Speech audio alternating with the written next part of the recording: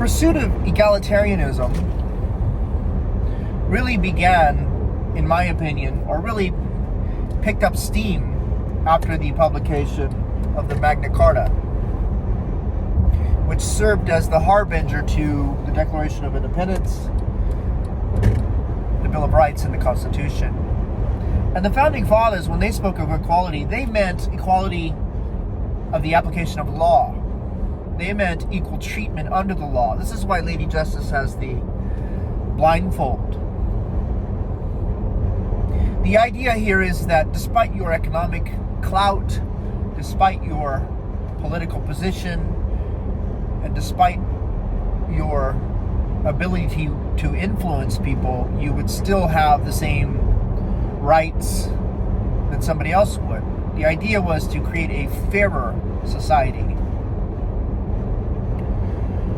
So equality to people on the right, equality of opportunity, means having a minimal government that has some influence but not a lot of influence over your life.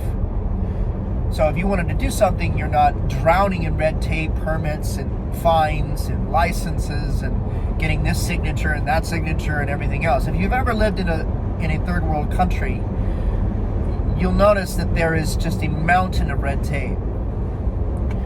And this really is designed to keep the rich rich and the poor poor, because it creates obstacles for people to accumulate wealth.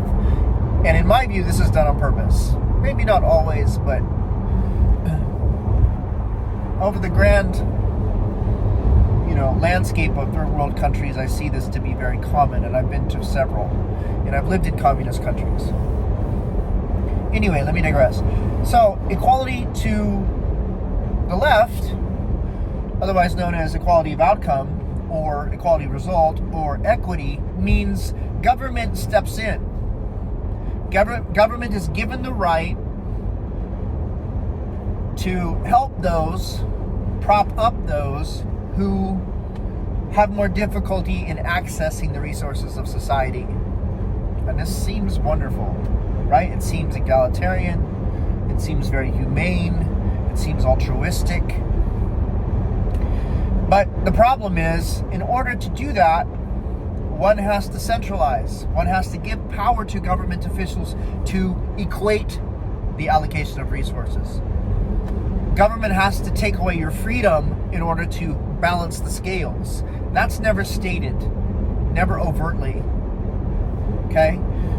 And it's very deceptive because it's a wolf in sheep's clothing.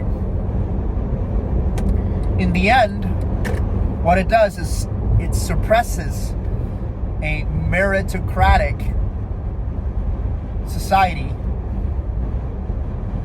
and props up an artificial society, a society where the government bureaucrats pick and choose who wins and loses.